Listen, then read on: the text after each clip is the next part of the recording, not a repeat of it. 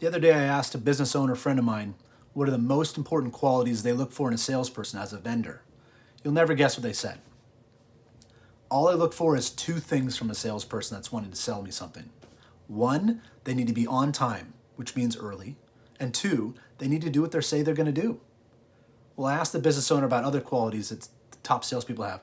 Their communication skills, their technical industry knowledge, their attention to detail, their likability, their determination, their tenure and experience. And their answer was, you show me a salesperson that's trying to sell me that can meet number 1 and 2 on my list, then maybe I'll start caring about those other skills. So bottom line, there are basic expectations that people have for vendors.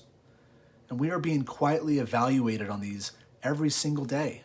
So do your best to make a great first impression. What are your decision makers looking for in salespeople?